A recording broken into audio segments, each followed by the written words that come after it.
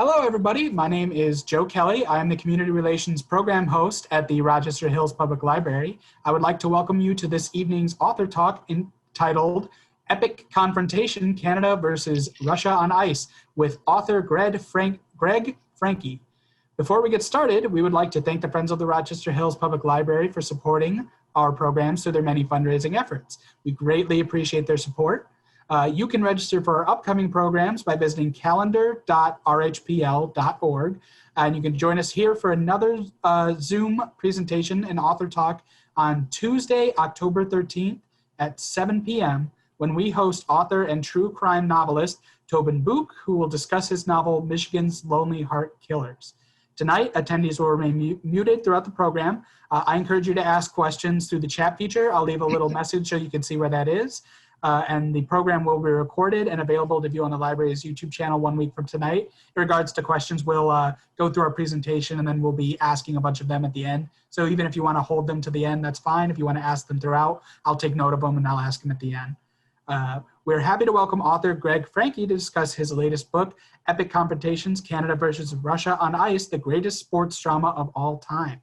This sports story is as incredible as the Miracle on Ice and one that has great messages for young athletes, parents, and coaches. Franke's book reviews the intense Canadian-Russian hockey rivalry from the 1950s and the end of the Cold War. So everyone here, please welcome Greg Franke. Thank you very much, Joe, and thanks for all your help putting this together. I apologize, and I guess nothing anybody can do about the rather unorthodox kind of setting that we have here. Usually in a face-to-face meeting, I'd be able to maybe have a little interaction and ask some questions. And I'm sure that if you're here tonight, you probably have some personal recollections, or in Joe's case, we were talking before, where he saw the movie Miracle, which is probably the thing that really presents the story of the 1980 U.S. Olympic hockey victory as well as anything else if you weren't actually there to witness it, which I was. And to this day, I was 16 years old at the time, and to this day, it's one of the fondest memories of my entire life, sports memory or anything, just anything that ever I've experienced in any walk of life. And I'm sure that probably if you're here listening, you're probably a hockey fan, you're a sports fan, and you probably could say, yeah, that's the case. That's what I would be doing if we were here all in the same room. I'd be saying, who has some personal recollections that they can share about watching the United States win that Olympic gold medal? And I'm sure that everybody would have their own stories if they watched that. And I watched it and have, as I said, a lot of those stories, which I'll share a little bit of as we go along.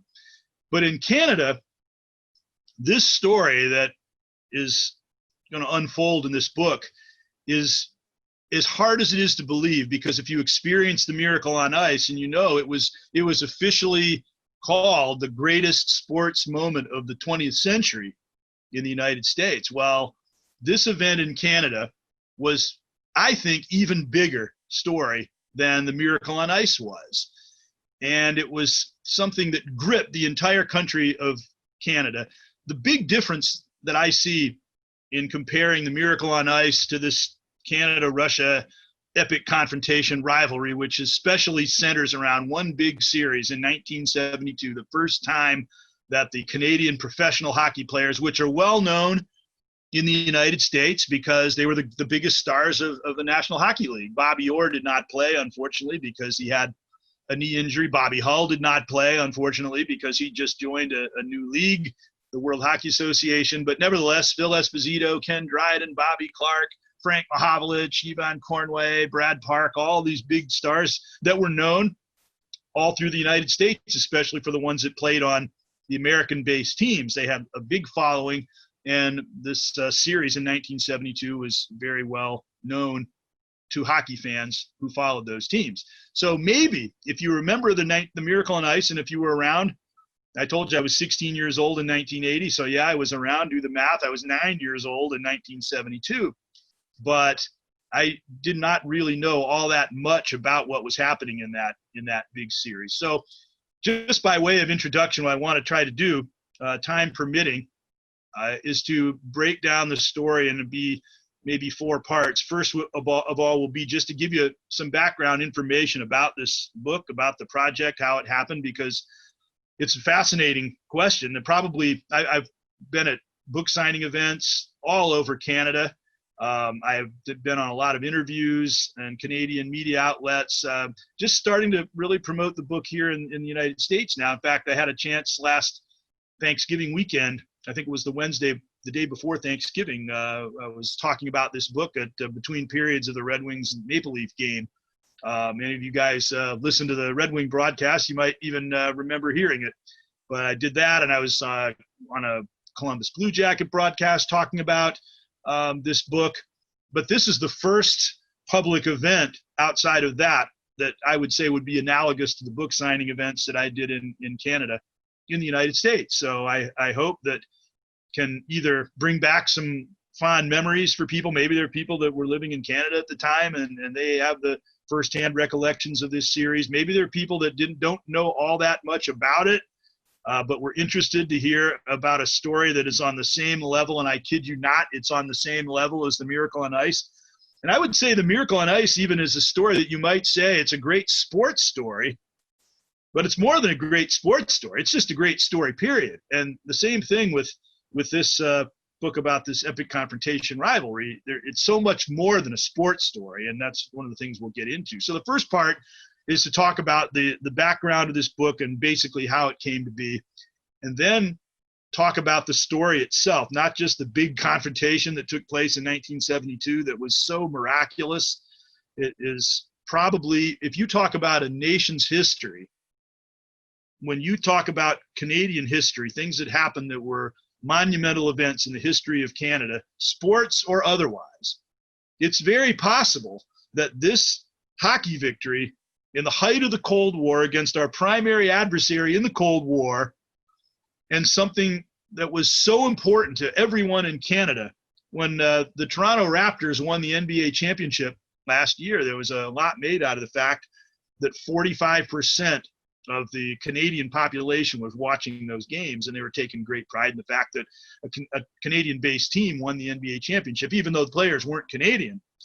But in 1972, you had over 90% of the Canadian population that was watching these games, and they were living and dying with the result. The whole Canadian self-esteem was tied up in winning this series. If the Raptors had lost to the Warriors in that NBA final last year, there would have been a lot of disappointed people. I was in Toronto actually doing book events for this book at the time, and I saw all the crowds that were gathering in Toronto. In fact, I even thought about going downtown to Toronto the night when the Raptors could have clinched the NBA championship, but they lost and they had to win it on the road. But the point is, that was amazing, the following the Raptors had. But if the Raptors had somehow lost, it would have been disappointment. But I don't think there would have been people feeling that, as one writer put it, life isn't worth living anymore if Canada doesn't win against the Russians in hockey. And that's how strongly people felt about the outcome of this tournament. So we're going to talk about the story, and not just the series, but everything that happened leading up to it that adds context to it and really makes it, you see why it is perhaps the greatest story in the entire history of a country. In the United States, you wouldn't say that about The Miracle on Ice, just because there have been so many huge events involving the United States, because the U.S. is such a big player on the world scene. But Canada's kind of a little bit more laid back of a country. They're not as big of a country. There's not a big superpower nation. A lot of the players on the team, Ken Dryden, a lawyer and very, very great intellect and very analytical and deep thinker, he said that it was like there's not that many kind of events in Canada that stand out the way this series did, that united a whole country. So we're going to look at some of the aspects of that and develop why it was so important to everybody in Canada to win this series. And then we're going to talk about the life lessons. Another thing I would do if I was in a personal meeting with all of you is that I would ask, how many of you have kids that are participating in sports? How many of you have grandkids that are participating in sports? Or maybe not even sports. Maybe they're involved in some other kind of activity that they're really serious about and that they want to really master, they want to really get good at. And there's so many lessons involved in this story. In fact, I'll go so far as to say, I don't know a single story, a single vehicle for illustrating great lessons in life than in this book. Before I forget, let me just put it up here. I'll show it to you. This is the copy of the cover of the book, and I don't know how well it's coming across there, but epic confrontation in the white letters, and then under that, Canada versus Russia on ice, the greatest sports drama of all time. The picture of the two teams in the Luzhniki Ice Arena in Moscow before the last game, the deciding game of this monumental series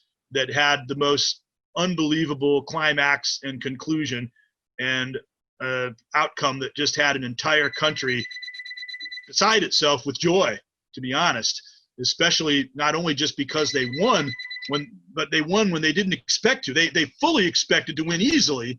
Then they fully expected to lose, and really in an almost humiliating manner. And a lot of people had become even resigned to that. And then they won in a manner that was just so absolutely incredible that, like I said, the people just were completely just beyond anything they'd ever experienced before. And they felt such national pride and jubilation with the outcome. You can get the book you can go on Amazon. It's available on Amazon, Epic Confrontation. And you will really love reading the book. If I was there present, I could have some copies that I could offer to you right there, but I would definitely encourage you to look up the book and purchase a copy of it. So then the last thing, time permitting, and we'll try to make time for it, will be if anybody has any questions, if anybody has any recollections that they would like to share about what they might remember about the 1980 Olympics, the U.S. gold medal, or about maybe they remember this 72 series. Maybe they followed it. Maybe they had a sense of the magnitude of it, how important it was, even though in the United States it wasn't as well known. It was broadcast. It was covered in certain of the hotbeds. Obviously, there are some areas of the United States that are really big hockey areas. At the time, hockey was a much more regional game than it is today, although it still kind of is a regional game, even though you have a lot of teams and areas that really have not traditionally been associated with hockey. It was those real hotbeds like Minnesota and Boston and those areas, and some of the areas that were just bordering on Canada that really probably followed this series and knew a lot about it. But if you have any comments, any memories to share, or any questions about anything you're going to hear during the course of the presentation, then we'll lay aside some time at the end for those. So let me talk a little bit about how this book came to be. And we're getting a message here right now. It's a friend of Gary Bergman's. Yeah, he was a great. I'm glad you mentioned that too, because another thing that's really interesting about this story is the fact that there are a lot of people associated with the Red Wings, associated with Michigan hockey, that are very, very well known in the local area. Obviously, Gary Bergman is one of them. He was just a rock, a very, very important member, even though he was unsung member of the team. In fact, if Bobby Orr had not had a knee injury that prevented him from playing in the series, it's not certain maybe that Gary Bergman would be on the team. But he was, and thank goodness he was, because he was so outstanding. Red Berenson, who was a member of the Red Wings at the time, and he went on to become the coach at the University of Michigan for over 35 years. I think 37-year career he had. He retired just a few years ago. Iconic figure in Michigan sports. He was a member of this team. He played in the most monumental game probably in hockey history, which was the first meeting ever between the NHL All-Stars and the Russians. And then he was a very important figure in a huge Canadian win later in that series. And Mickey Redmond, who's on the broadcast for the Red Wings and has been a great broadcaster for years. He was a fantastic player. He scored a 50-goal score. He was on the team. He only played in one game of the series, but it was the historic first game. And so he was associated, and maybe in some ways it's not the greatest memory because Canada got beat, and it was a national crisis almost because they lost a game that everybody was sure they would win. But still, I'm sure he's very proud to have been able to participate in that. In fact, I talked to him that night, the night before Thanksgiving, when I was at that Red Wing game, and actually was able to present him with a copy of the book, and we had a very interesting conversation about that about that series and his experiences and so forth. And a lot of others, of course, Gordie Howe. He was involved in a big series between the second team Canada and the Russians in 1974. And a lot of Detroit Red Wings people that are associated with the Red Wings were mentioned. Marcel Dion was on 1972 Team Canada. He was a member of the Detroit Red Wings at the time. Later played for Team Canada a number of series, although he had been traded from the Red Wings and was playing with the Los Angeles Kings. So a lot of local connections in it. So probably the question that I've been asked more often than any other regarding this book is, how was it that an American, I was born in Evansville, Indiana, and I was not even that big of a hockey fan in my formative years. I was a sports fan. I was interested in all sports, including hockey, but I was not a hockey fan, and I didn't live in a particular hockey area.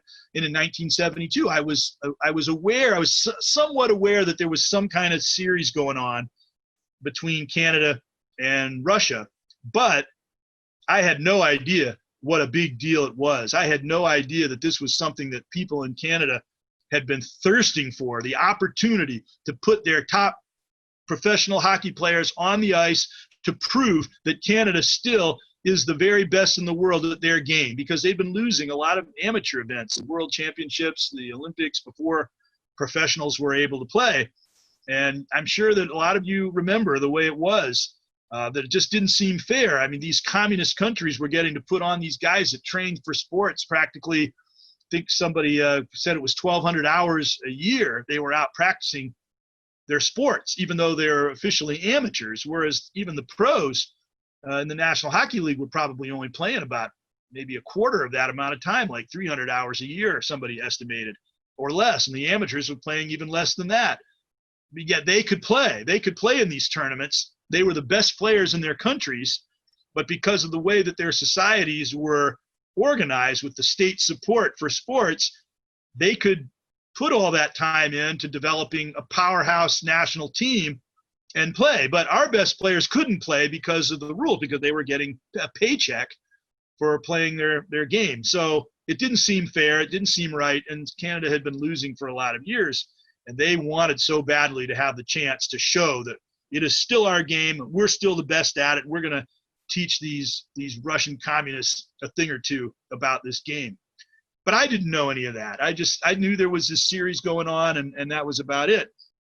So people ask me, you're an American, you don't have that sense of Canadian nationalism that's tied up in this, and how did you come to write this book? And I'm going to basically tell you that story in a short time, and I think it's kind of an inspiring story in a way, too. I talk about all the life lessons that's addressed in this book, but there's a lot more of them that are wrapped up in this particular story, and something I think would apply to everybody in terms of how their life is going to come out and fulfilling their destiny and that sort of thing, which I think you'll understand when I tell the story.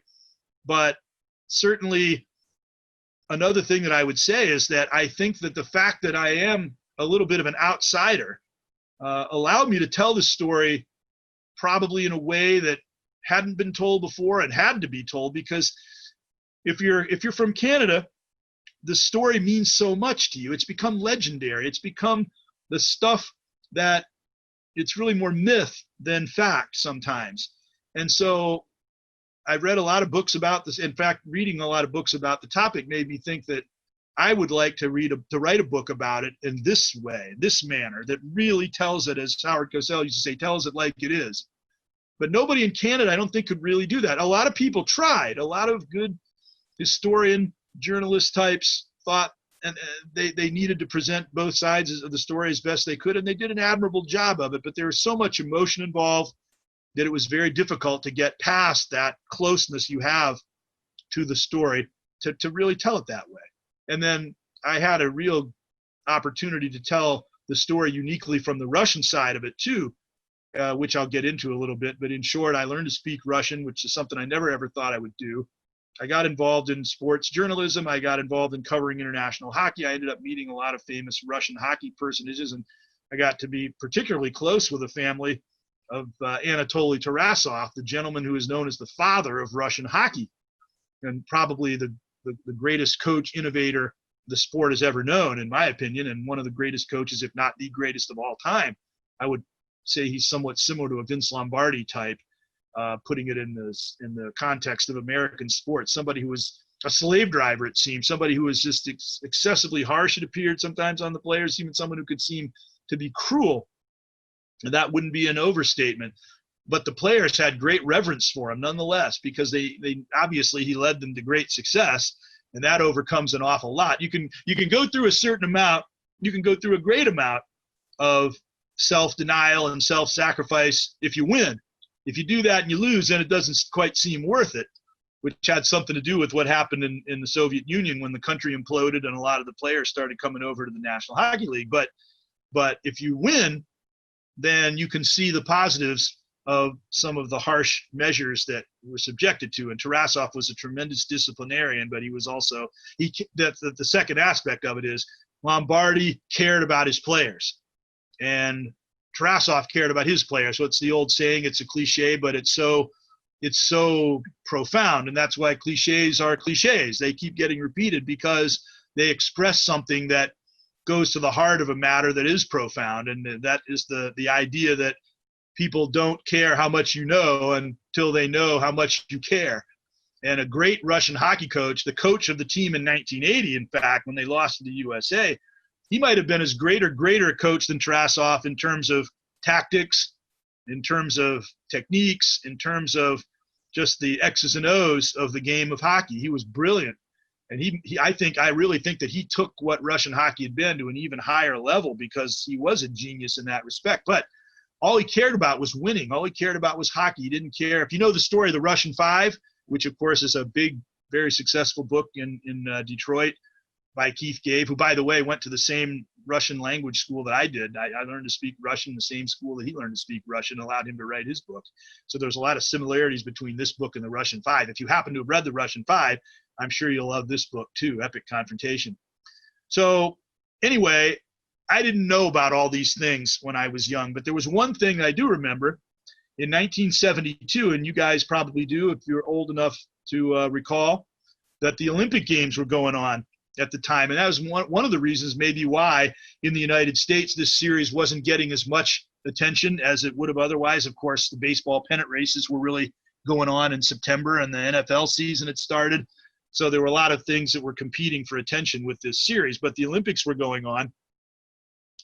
And the United States had, aside from the fact that there was this terrible terrorist incident that took place in the Munich Olympics, which puts a damper on everything that occurred in the games. But as far as the competition, the U.S. played a gold medal game against the Soviet Union in basketball, and I'm sure that a lot of you remember that too.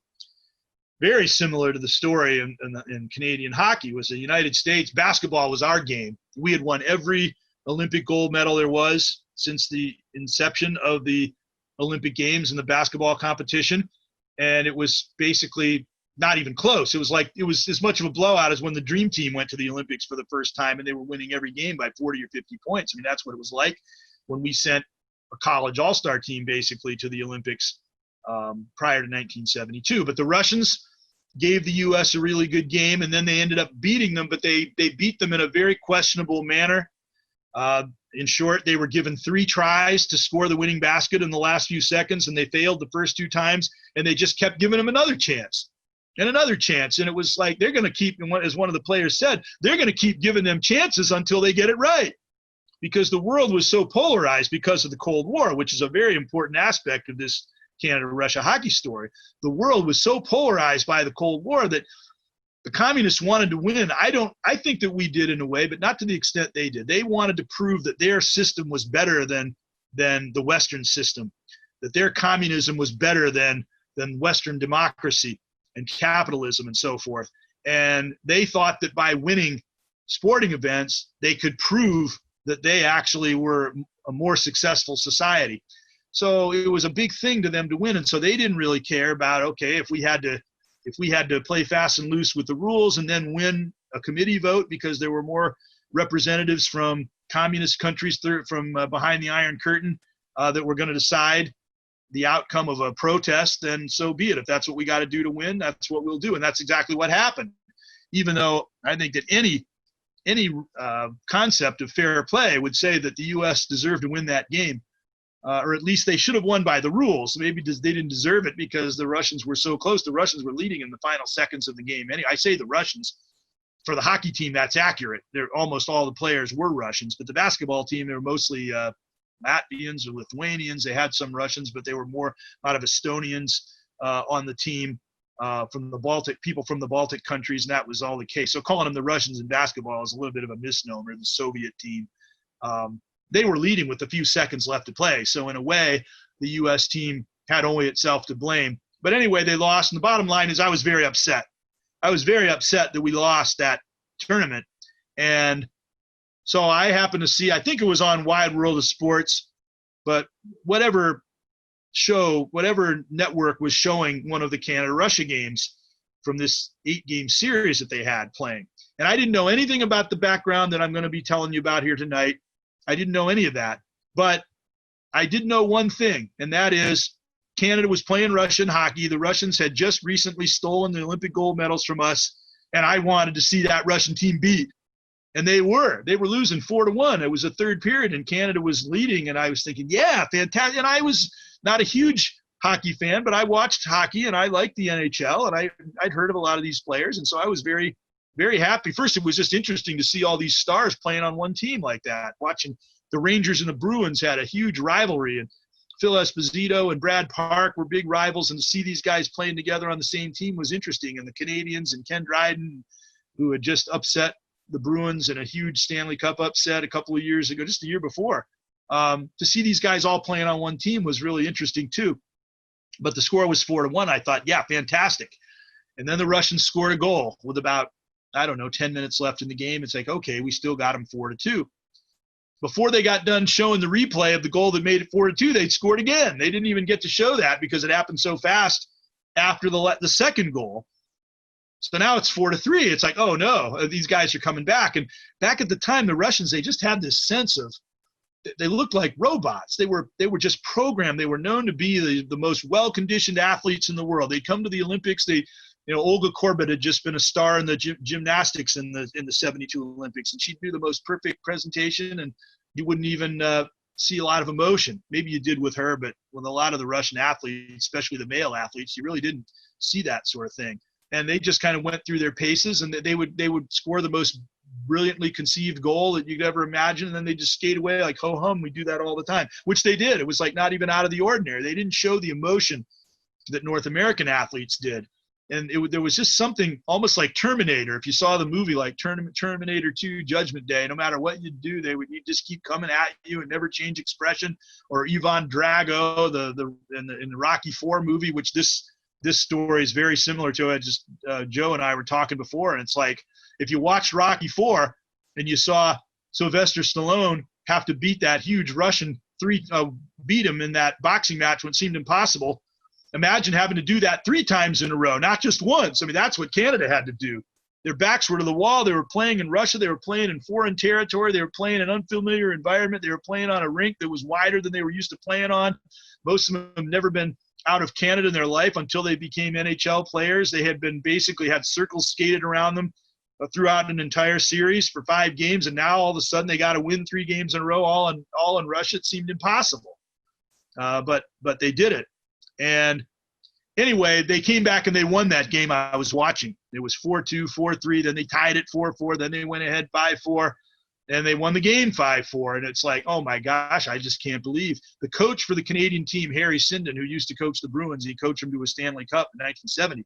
After that game was over, he took a coffee cup and he just fired it across the locker room. It shattered against the wall, and he said, I just can't believe it. No matter what, we're just not destined to win this. No matter what we do, these people beat us. It's like they're superhuman. That's what the subtext of it was. These guys aren't real. They're like robots. And we've had them down. They had them down a couple of games. It looked like they had the momentum going in the NHL. They probably would have just continued to force the momentum, and they would have won the game. But no, they do that, and the Russians, they never get rattled. They never get ruffled. They just keep coming at you, and they win. And that's what happened there. But I didn't know anything about the overall context. I just knew that one game, just shortly after, I thought they robbed us of the basketball gold medals. Now they come from 3 goals down in the third period, score 4 goals in like 8 minutes, and win the game, and I got to go through this all over again.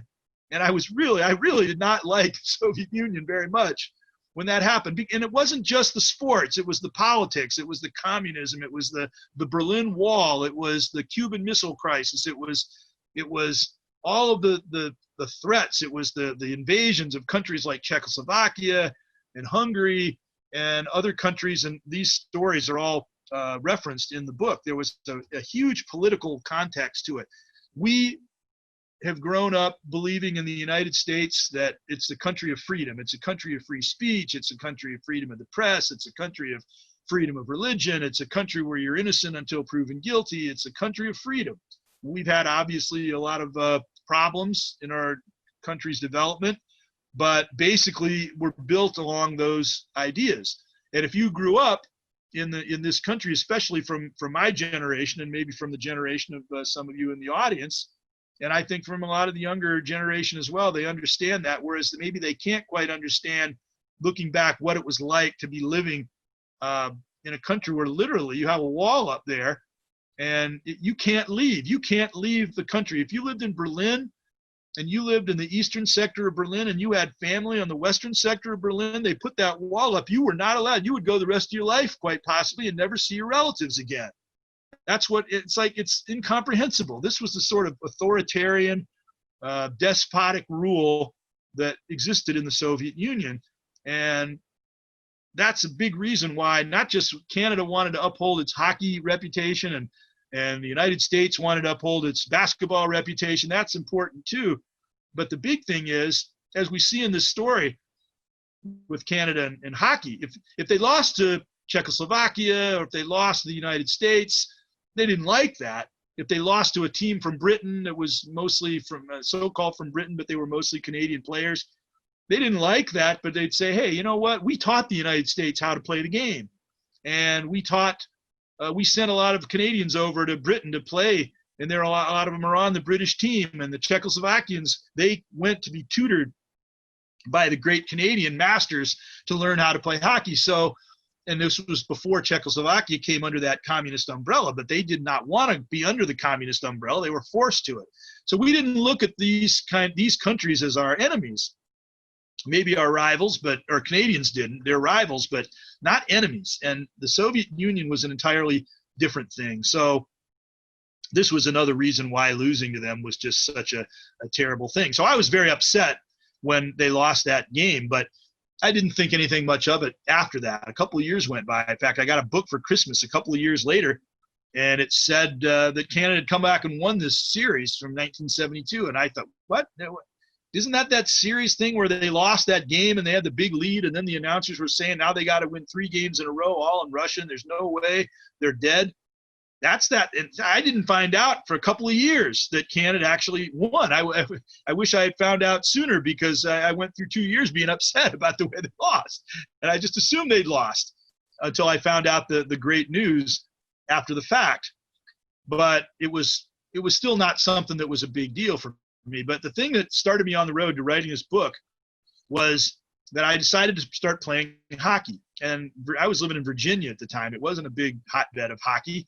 But my brother was older than me. He was bigger than me, and he was just better than me at the time at the different sports that we competed against. And I wanted to have, I guess, kind of a lane to my own. And he couldn't skate, so that was it. So I announced grandly that I wanted to play hockey. And so I started playing, and as I started playing, I began to enjoy the game more and more. I became more of a fan. I became more wrapped up in it. And it still took a few years.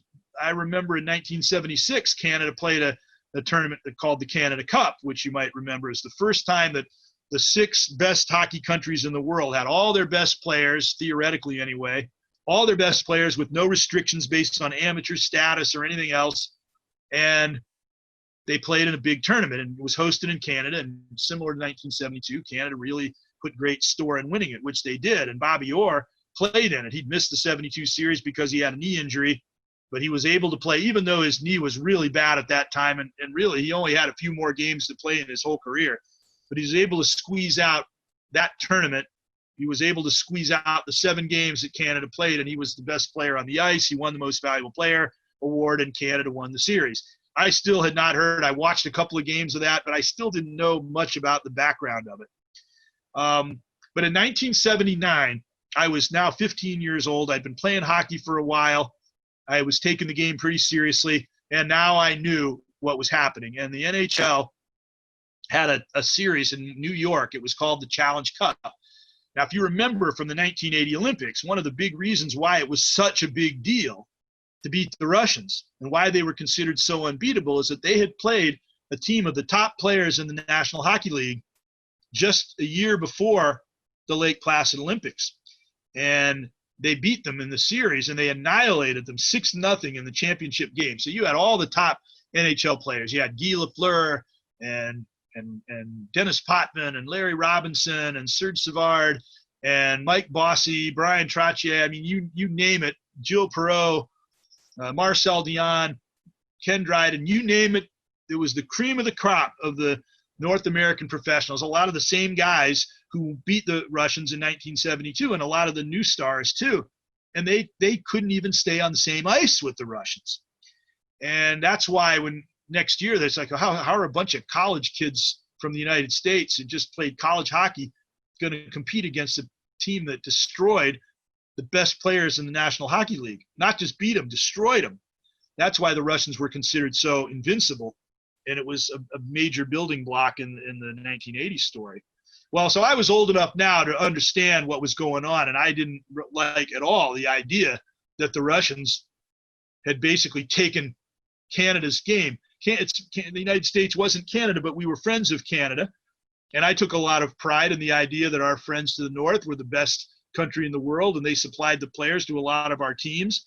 And the United States was starting to produce a lot of great hockey players. And I took a lot of pride, almost the same amount of pride, or maybe just as much pride, in Canada's standing in hockey and North America's standing in hockey as in basketball when in that Munich Olympics, or football in the United States. So to lose it, and again to those Russians, those communists that beat us in Munich basketball, and I saw them come back and win that game when they were 3 goals down in the third period, and now they're taking the game away once and for all from the NHL. It was really something, but it was hard to take, but there was something else about it, and that is the level of play was so great.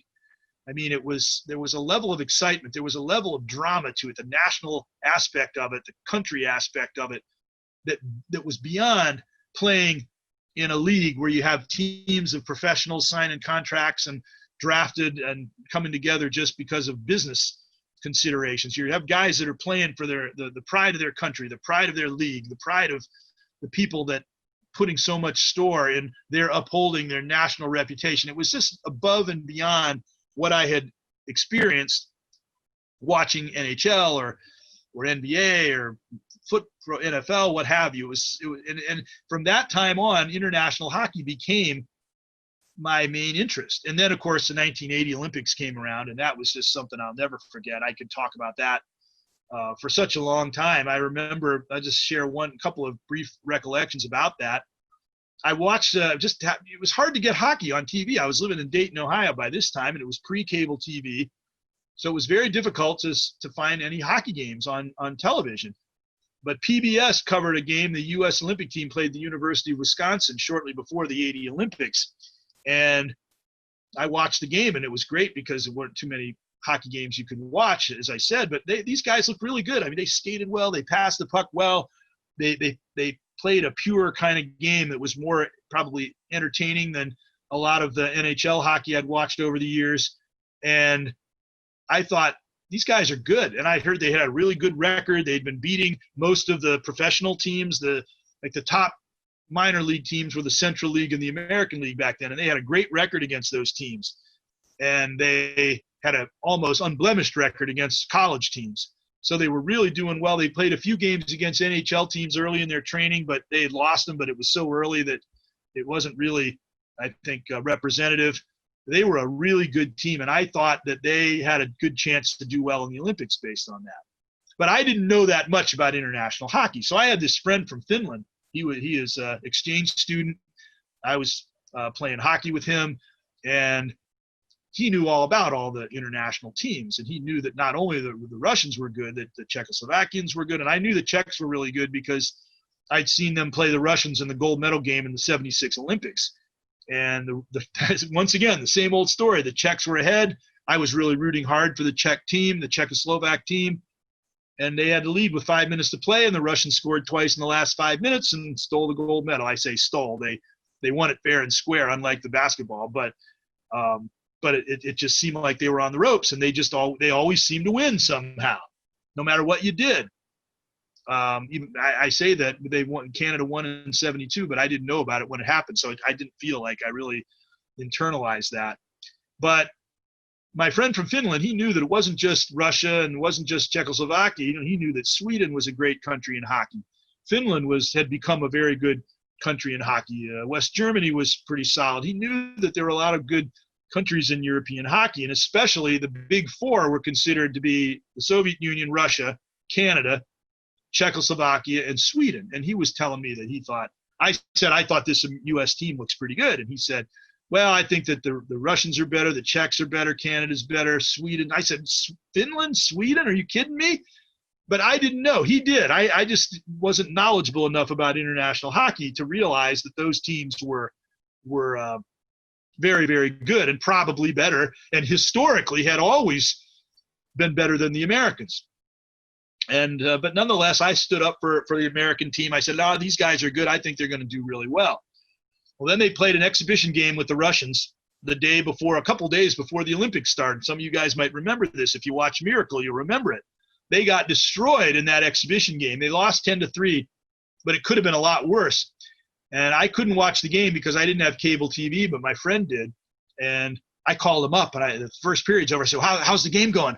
Fully expecting to hear that it's going to be a really close game. He said the Russians are ahead 4-0. And I said, 4-0? You got to be, after one period, you got to be kidding me. And yep, that's right. And that was a wake-up call. And it was a wake-up call for me. It was a wake-up call, especially for the team. But for anybody who really cared about the U.S. hockey team, it was a wake-up call. The thing was, not too many people did care that much about them. Sure, they wanted them to do well. They were going to be in the Olympics, but it wasn't that really important a situation in the United States at the time. There were a lot of other issues. There was stagflation going on. There was the energy crisis and hostages in Iran. And it's like how the U.S. Olympic hockey team did was not really all that big a thing. But then, of course, they started doing well in the Olympics. And when they beat the Czechs like 7-3, and nobody really expected that. And then they kept winning. And I remember thinking, okay, if they can hammer the Czechoslovakians, which everybody thought was the second best team in the tournament, then they could beat maybe the Russians by a goal. And that's the thought I had coming into it. And sure enough, that's what happened. And then they beat Finland. My friend from Finland came over when they were playing the Finns for the gold medal. And I remember thinking, we probably have the only house in this entire country, because the whole country, just like in 1972 with Canada, when 90% of the population was watching that game. I think probably 90% of the U.S. population was watching the Russians-U.S. That was on tape delay, but the gold medal game where they beat Finland on a Sunday morning, they win the gold medal. I'll bet you that proportion of the population was watching the U.S. play Finland. And my Finnish friend was there, and he cheered when Finland went ahead twice in the game, and he's thinking, yeah. And I bet we got the only house in the country of people that with somebody who's rooting for Finland to win this game. So that 1980 Olympics made a huge impression on me, and I was really interested in international hockey after that. 6 years later, I had a chance to go to Moscow, and the World Championship, Hockey Championship was there. It was my senior year at Bowling Green State University in Ohio. They won a national championship in 1984 at the same rink that the U.S. team won that gold medal.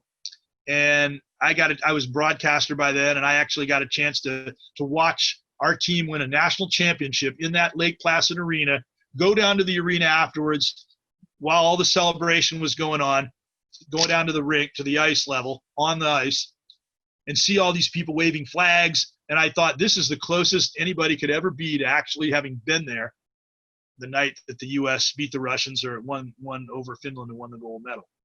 So I had a chance to go to Moscow to watch the World Hockey Championships. And it was my senior year in college. And this is the first of many seeming coincidences that happened that years later put me on a path to writing this book that I'm talking about tonight. And my last year in Bowling Green State University was the first year that they introduced a Russian program. And I had never cared about foreign languages. I had actually studiously avoided the necessity of studying a foreign language because I didn't think I'd be any good at it. I thought I'd be embarrassed to try. And I just didn't want to make that kind of effort, I guess. Figured I probably wouldn't travel to these countries. And so what's the use? How many people have thought that about studying a foreign language? But I thought, I'm going to Moscow. I'm going to be in Moscow in the spring of 1986. And here I am. I got an opportunity to take Russian to fulfill my humanities requirements for my degree. It was like, I can't fight this. I can't deny it. It's like Providence. And so I said, okay, I'll study Russian. It'll be helpful to know some Russian when I get over to Moscow in the spring. So I took the course and I didn't do very well. I probably should have failed it, but the instructor was trying to build a program, and if somebody, basically, I think he decided that if somebody stuck with it, he wasn't gonna fail them. So I didn't get a good grade. I didn't probably learn that much grammar, internalize a lot of the grammar, but I learned a lot of phrases. I learned enough to go over there to Russia and use the language speaking to native people. And I have recollections of conversations I had about betting on Canada to beat Russia in the hockey game, and going to the Moscow State University and trying to find students that could speak English, and getting directions from people, talking to the tour guides in Russian. And they weren't profound conversations, but they were conversations. And the people were nice. They were friendly, and they were helping out. These are supposed to be our enemies in the Cold War that you've heard in your whole life, how much they hate the Americans and so forth. And here they are being so nice. It was an eye-opener. And to give you an idea, Gorbachev had just come to power. It was just a couple of years before the glasnost and perestroika and the liberalizing of the Soviet society, and eventually the fall of the Soviet Union, which, in 1986, people were still saying Soviet Union's here to stay. I left the country like a day or two before the Chernobyl nuclear reactor incident. I heard about that story sitting in Finland, watching the news. And my friend says, the same friend that I knew from before, he says, there was some kind of nuclear accident in the Soviet Union. There's high levels of radiation in the air. And I didn't understand anything they were saying. Sweden is where they first picked it up. Of course, in Russia, Soviet Union, they were denying it happened until they couldn't anymore. Sort of like this COVID, where the Chinese government tried to keep a lid on it until it was no longer possible to do. That's what happened with Chernobyl. And that's the kind of country that the Soviet Union still was then. But nobody knew they were on the verge of changing, because Mikhail Gorbachev was going to be a groundbreaking type of leader. And when he and Reagan got together and started negotiating, all of a sudden the walls started coming down. It was just an amazing time to live through. And the Berlin Wall came down, and it was just something nobody could even conceive of, even a few years before it happened. So this made me realize that there's more to Russia, there's more to the Russian people than this political rivalry, this Cold War that was going on. And I really developed a new attitude. I said, I want to learn more of this language. I want to be able to talk to more people and maybe go back. And of course, I had great admiration for Russian hockey. But up until this time, though, I still saw them as the enemy. Every time they played against Canada or the United States or anybody else, I wanted to see them lose. They had gone on to continue to be the big red machine and has dominated international hockey. And I think, that was the time when the big five came over to the Russian five. Some of them were a little young, but Fetisov and Larionov were the mainstays of the Soviet national team. And then Konstantinov came up later, and Fedorov, they call him, but his Russian's pronounced Fyodorov, and Kozlov all came up later. But I had a great admiration for the Russian hockey. And as I became more aware of the culture and more aware of the people, I gradually stopped seeing the Russians as enemies in hockey.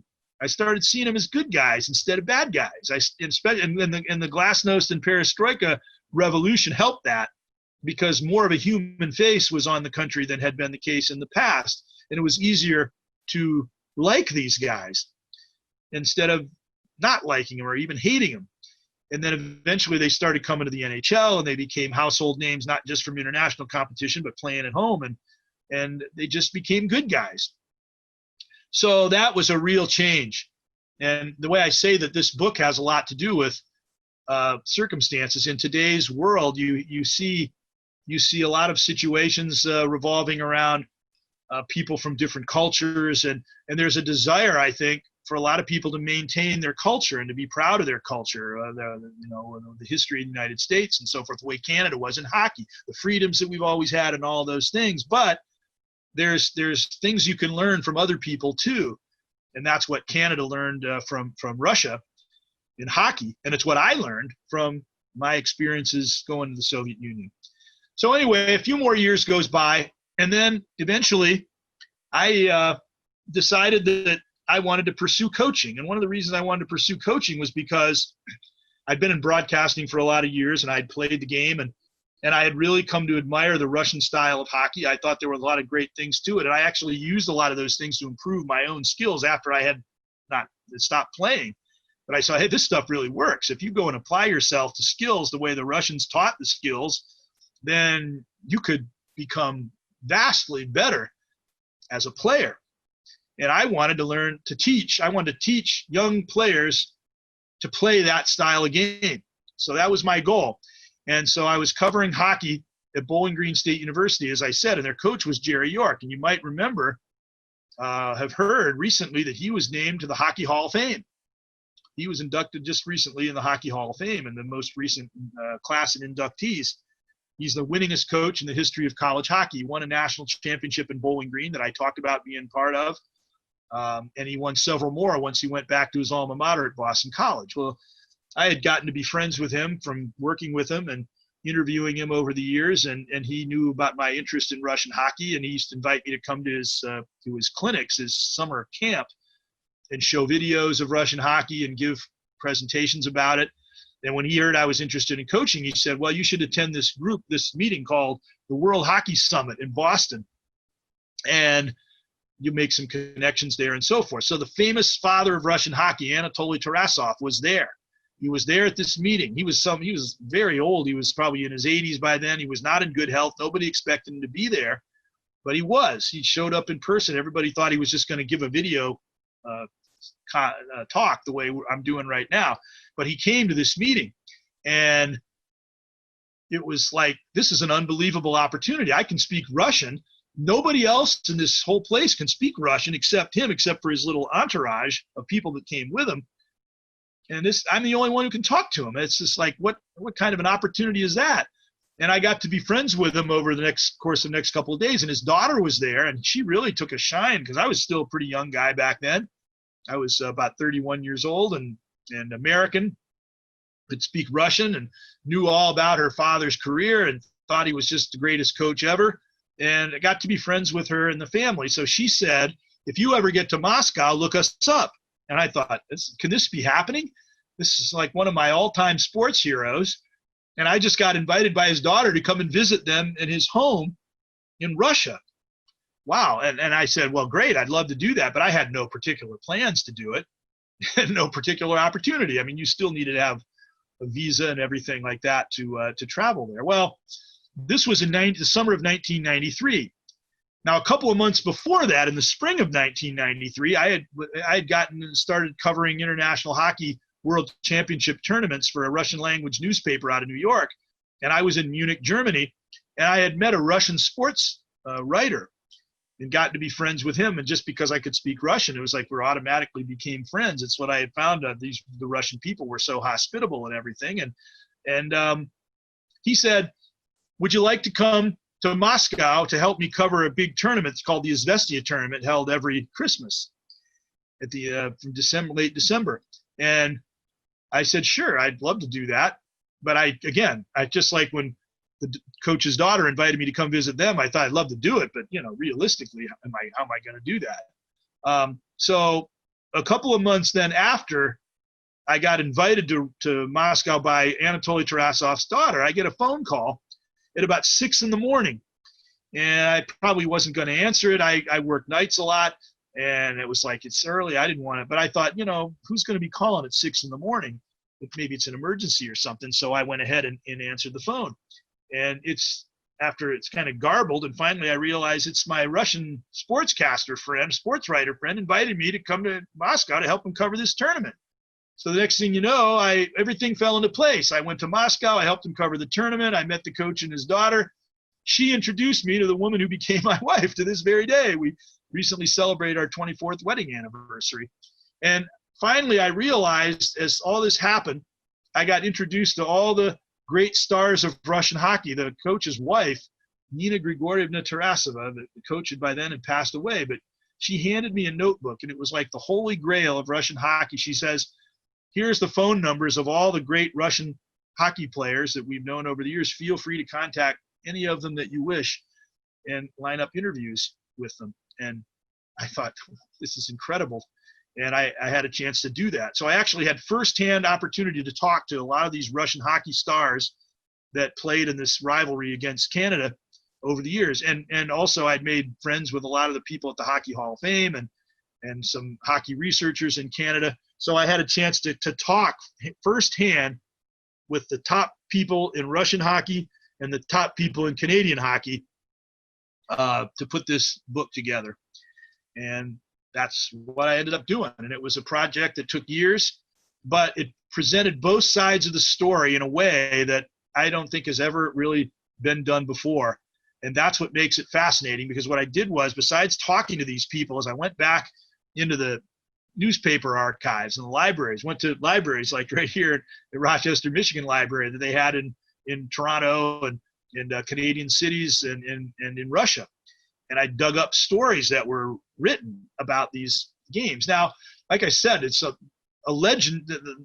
Events like the 80 Olympics, the Miracle on Ice, or the Summit Series between Canada and Russia, which this book focuses on a lot, become legendary. They become stories that get accepted as fact, even though they're maybe not really, they might be partly true, but not entirely true. And this book is based on stories they maybe appeared one day in the paper and never again.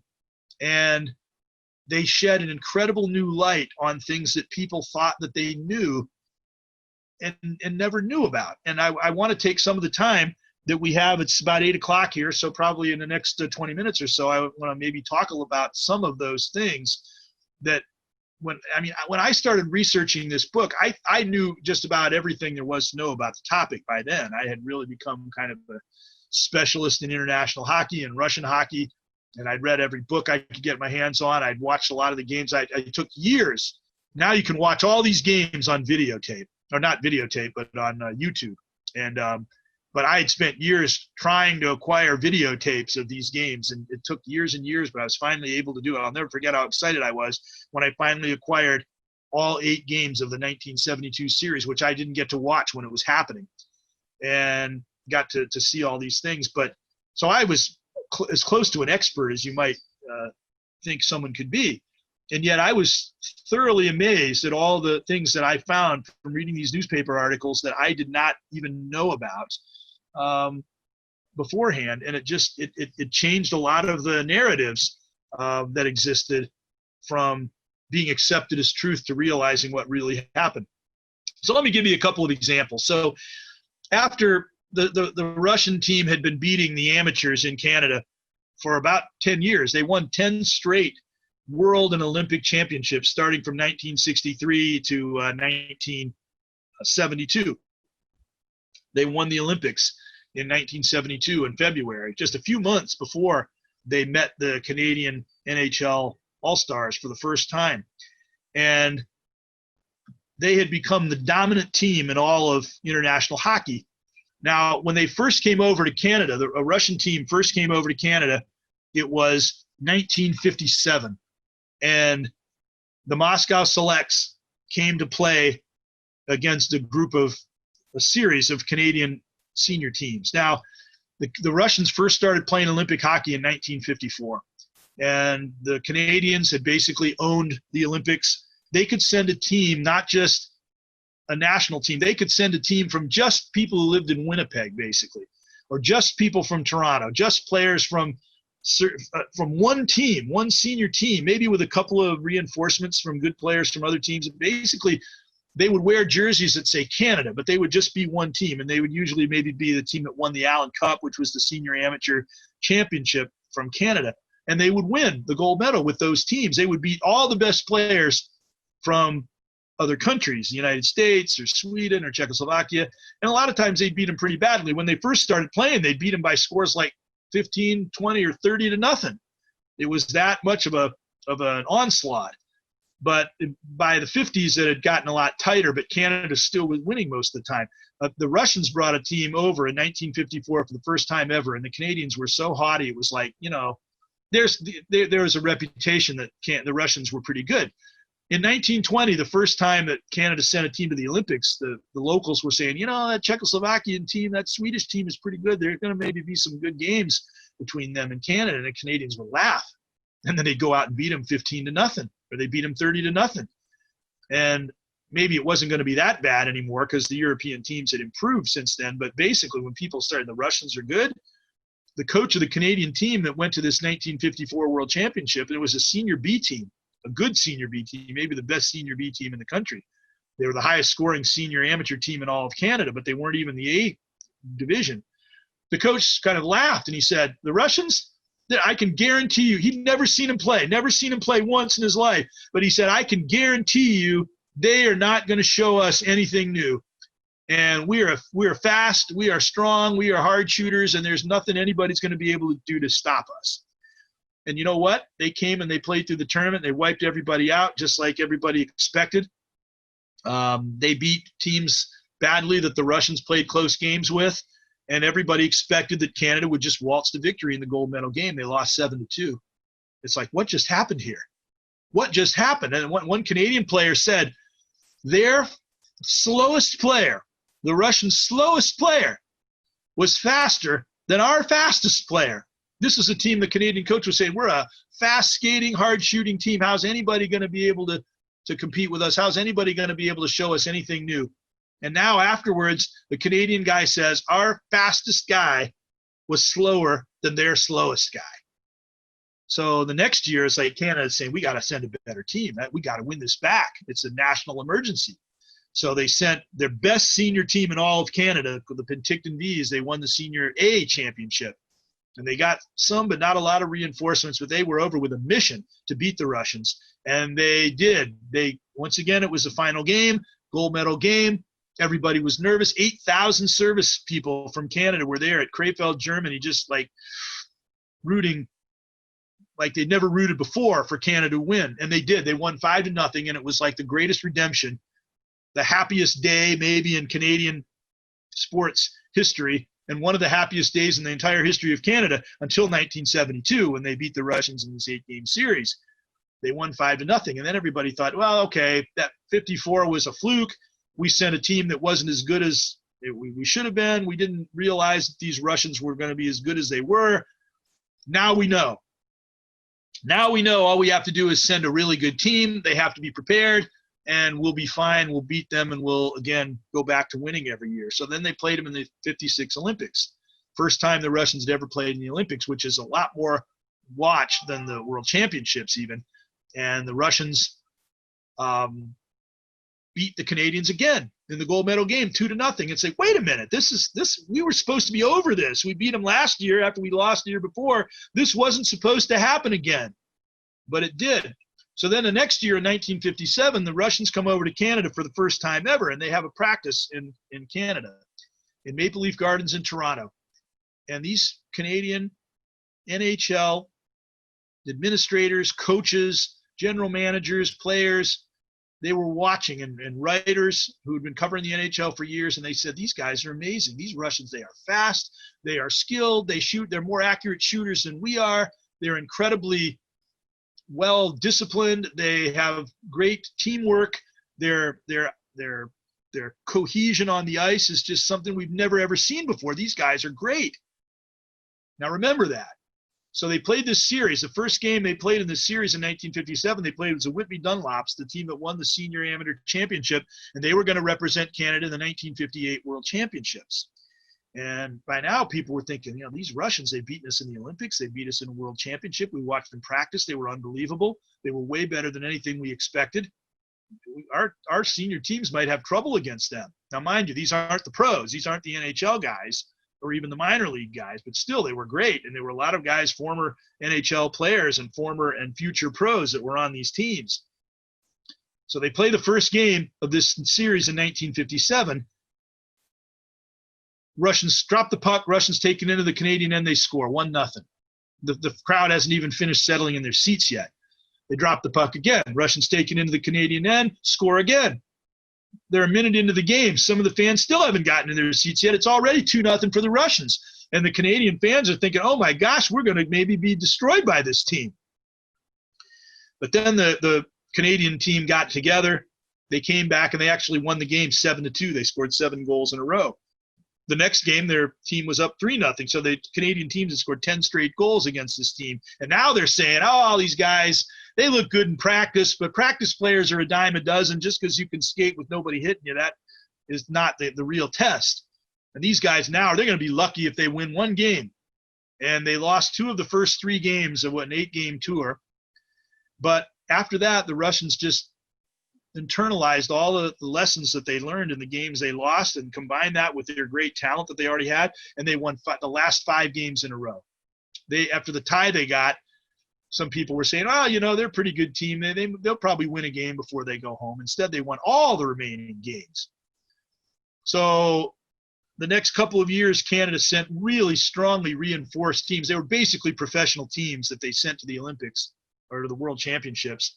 And they beat the Russians. That Whitby Dunlop team finally did, a few months later, beat the Russian team in the World Championship. But they had to do it by reinforcing their team with several professional caliber players.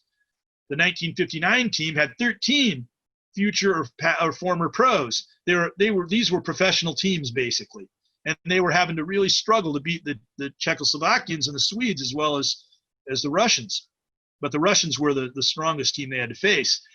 And eventually it got to the point where the amateur teams just weren't good enough anymore. So the clamor began to say, we've got to put our top pros out there to show that we are the best. And that, they're winning these other tournaments, but that doesn't mean anything because we've got dozens of many better players, much better players than are playing in these tournaments. And when we get them all on the ice on one team, then we are really going to show them who's boss. And when they watched the Russians practice in 1972. Now, this is the fascinating thing that I learned from the research of this book. Nobody remembers that 1957 practice where everybody was saying, oh, the Russians look so good, so fast, so skilled, so everything. In 1972, now by this time, the Russians are way better than they ever were before. They'd won 10 straight Olympic and World Championships. They were the dominant team in world hockey, and they had beaten a lot of professional caliber Canadian teams over the years. Canadian contingent of general managers, coaches, players, writers watched them practice just the way they did in 1957. But this time, were they saying how great they were? No, they were laughing at them. They were saying, how can these guys possibly think that they're going to be able to compete against our big, great pros? They don't shoot very well. They're slow. Their goalie's off balance. He's afraid of hard shots. They have no chance. And they were feeling sorry for him. They're saying this is going to be such a massacre that I don't know what these guys thought they were going to accomplish by coming here and subjecting themselves to this slaughter. So think about the fascination of that. NHL people in 1957 were watching the Russians and they were saying these guys are amazingly good. And after they adjusted to the North American game, they proved it. They swept the last 5 games of that series and they became the dominant team. And now, the same guys, not the same people, some of the same people who remembered him from 15 years ago, but the people on the same level in the National Hockey League were watching him, a much better Russian team. And they were laughing at him.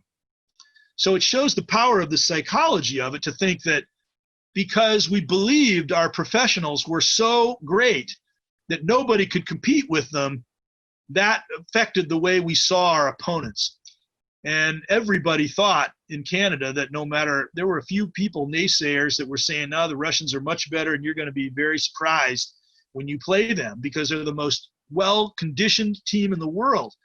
Back in then, at that time, NHL players didn't train year-round. In September, they were still getting into shape. The idea was they'd show up to training camp and they'd skate for a little while and they'd work themselves into shape.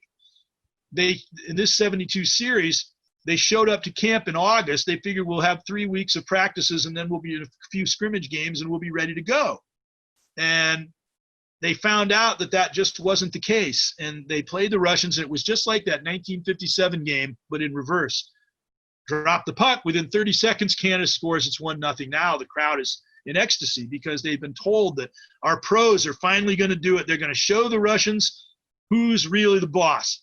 And it looked like it's coming true right in front of their eyes.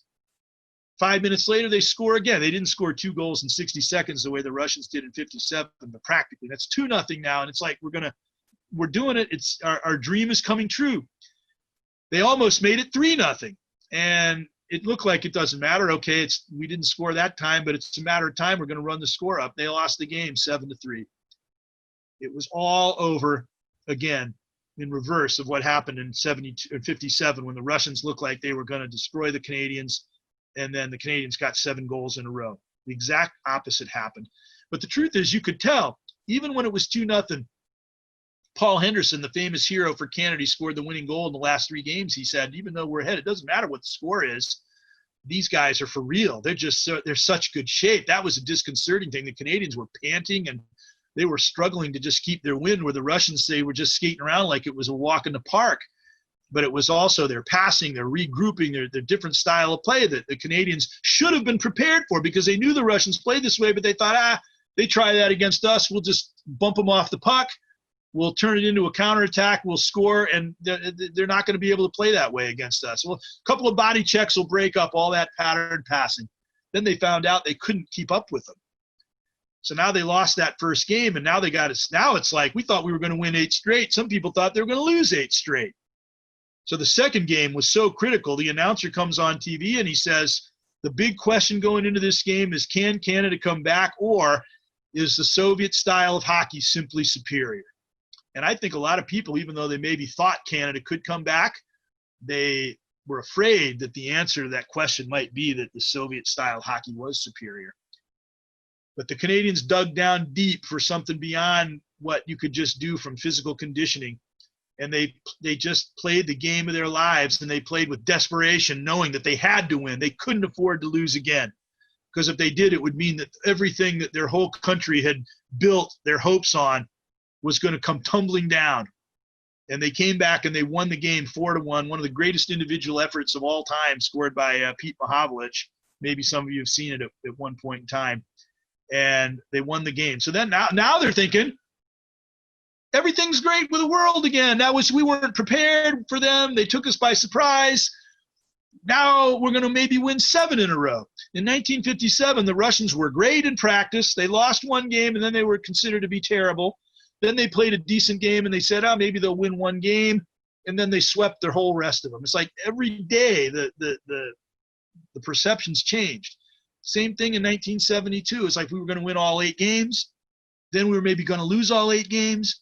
Now we're going to win 7. The next game they come out, game 3, they're dominating early. They have a 3-1 lead. They have a 4-2 lead. It looks like everything's going the way everybody thought, but the Russians kept coming back on them. And they didn't wilt. They didn't fall apart when they fell behind like everybody on Canada thought they would. And the game ended up 4-4 tie, and Canada had to hold on for dear life just to get that. So now everybody's thinking, hey, the 4th game, if we don't win this, then we got to go to Russia, losing in the series. And nobody thought there was any chance, because as they play on the big ice surface, the Russians are very familiar with it. The Canadians have never played there before. And there's just no way. So we've got to win this 4th game, the last one in Canada. But they were in trouble from the very beginning. They were down 2-0 early, and they lost pretty decisively. And worse yet, they were getting frustrated, and they were making some cheap shots and dirty hits. And the fans were becoming very enamored with the Russian style of play. Their ballet-like skating, their beautiful passing, their demeanor, their on-ice demeanor. They were taking all these physical attacks and not changing their expression and not hitting back, just playing their game. And the fans in Canada started booing the Canadians. And it was a very difficult thing for those Canadian players to take. They didn't understand that the booing wasn't so much for losing, because the Russians were all now being really appreciated as being a great hockey team. But it was because of the way they were responding to the adversity. But Phil Esposito, the great star for the Boston Bruins, came on and gave a speech afterwards. And he basically said, hey, we're dying out here. We gave up our summer. We're training hard. We want to uphold this dream of this Canadians being the best in the world, but these guys are a great team, and we got to face facts. It's just not going to be so easy to do that. But we're trying as hard as we can, and you guys should get behind us. It's not fair that we should be booed off the ice. And what happened was, over a 2-week break, the people in Canada started taking those words to heart, and they started thinking, you know what, maybe instead of kicking these guys when they're down, because they came in as the big heroes, the big kings, the ones who are going to make our dream come true, the ones who are going to show and reestablish our pride. And instead, they're being humiliated in a public forum, a worldwide audience. They are being just embarrassed and having all their professional reputation just coming down around them, being the ones that failed to uphold their country's honor, letting their whole country down and doing it in such a publicly prominent manner. And people started to realize that maybe we should get behind these guys. So they go and play. They go 4 games in Moscow, and the first one was the one I told you about at the start of the talk. They fell behind. They got ahead 4-1. They were playing remarkably well. 3,000 Canadians were there cheering them on. They got thousands and thousands of telegrams from well-wishers at home, and it looked like they were going to turn it around, and then they lost. And now they got to win 3 games in a row, all in Russia. There's no way. And somehow they did it. They won 3 in a row. The same guy, Paul Henderson, scored the winning goal in all 3 games. And the second of the 2 he scored, it was tied, and he scored the winning goal with 2 minutes and 6 seconds left to play. He beat 3 guys. He stick handle past 3 guys and stuck a shot in the top corner to win the game in the final moments.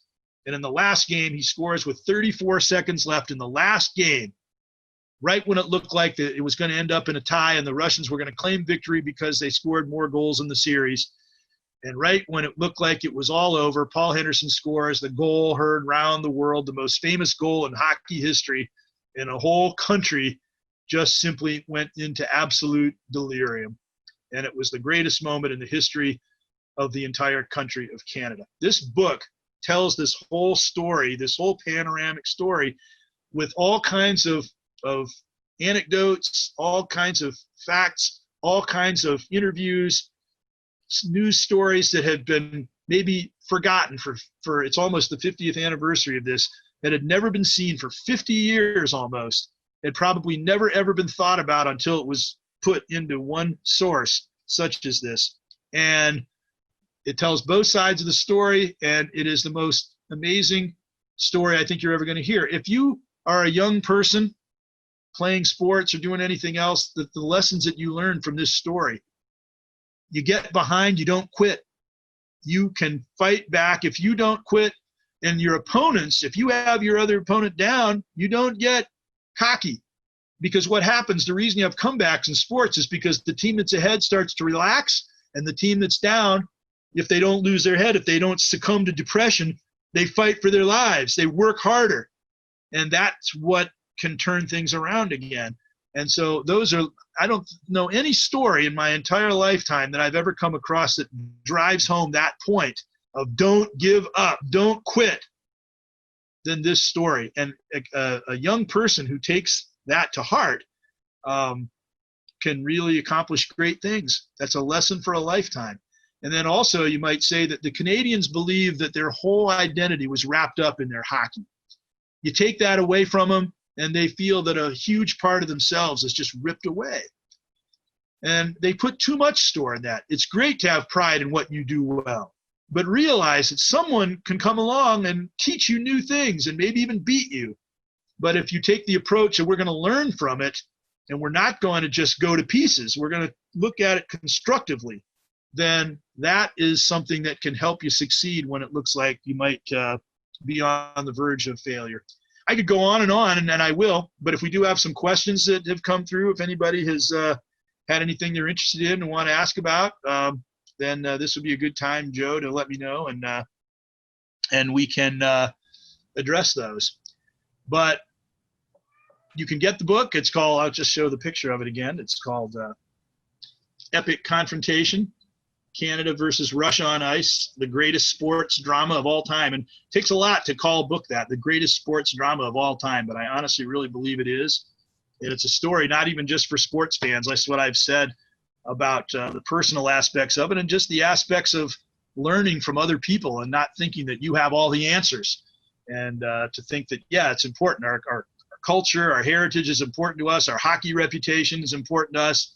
But we can learn and get better from what other people can show us. So I've got some questions here.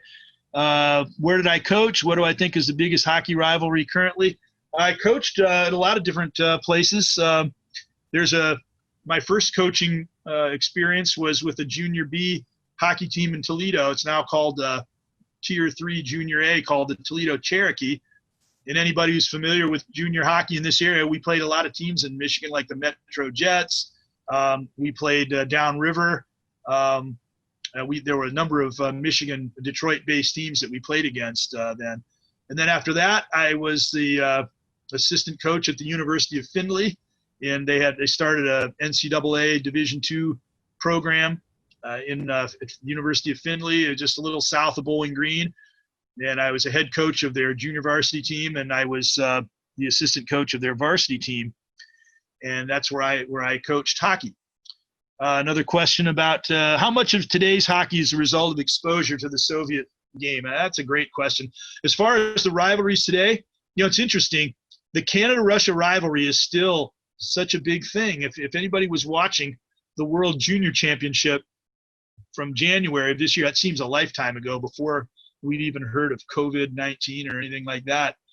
The Russians and Canada played in the gold medal game in the World Junior Championship, and the Russians were ahead in the third period. I think they were up 3-1. They had scored a goal. It was 2-1. The Russians scored a goal to go up 3-1, and probably halfway through the third period, and it looked like it was all over. But Canada dug down. They scored 3 goals in the last part of the third period and won the game. And it was almost like this 1972 story all over again. And the interesting thing about it is that after the end of the Soviet Union, so much of the Soviet Union Russian hockey success had to do with their team play. It was almost like, some people say, a communistic approach to the game. It was a total team-oriented approach, but it really wasn't. Their coach, Anatoly Tarasoff, said it was the setting off of individual skills within a team framework. And that's what made them good. They passed the puck. They shared the puck more than any other team. They skated more than any other team. When they broke up and became Russia, then they lost that aspect. They lost the kind of communal aspect of the game. They lost their teamwork that was so superior to what anybody else did. Now they still produce great plays, like Ovechkin. It's amazing to me that he's become the greatest goal scorer in the history of the NHL. It's such a low-scoring era that he's played in. How's that even possible? Guys like Wayne Gretzky and Mario Lemieux and these guys were playing in an era where the scoring was much higher. And it's incredible that an Ovechkin can come and surpass their goal totals. So many great players. I still think the Russians might produce the greatest individual players, but they can't put them together in that great combination that they used to have of cohesive teamwork. They're basically a bunch of Russian great skilled hockey players trying to play a North American game with the little extra flash and dash and skill thrown in.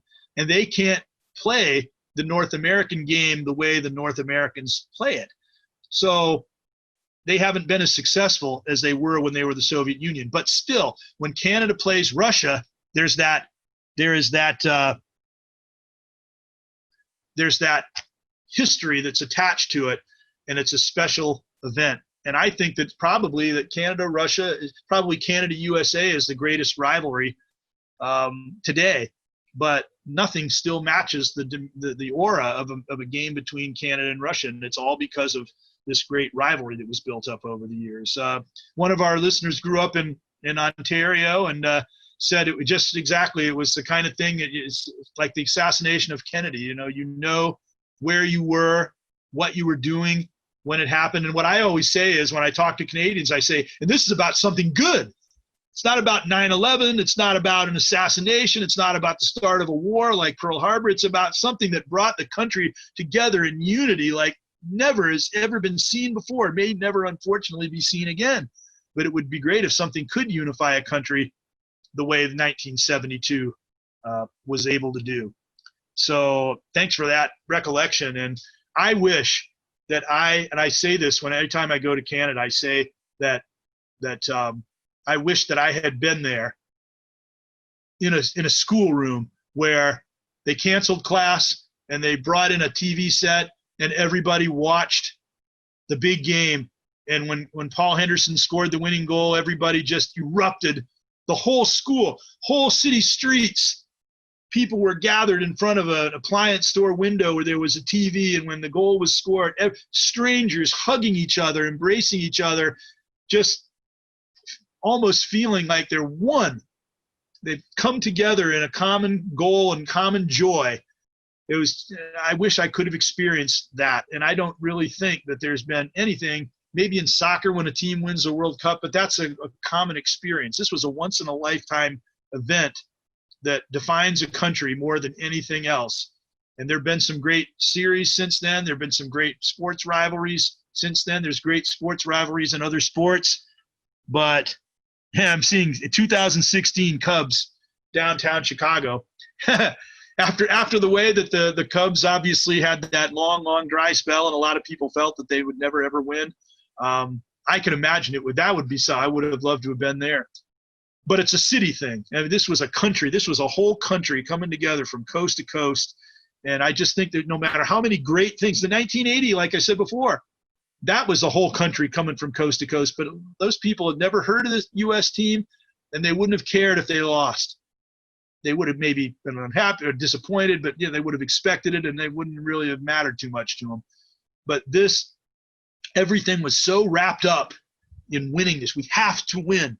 And that's why there were a lot of things that were done. There were cheap shots that were taken. There were things that were done that weren't considered all that honorable. Bobby Clark slashing the ankle of the best Soviet player in one of the games they had to win on instructions from the coach.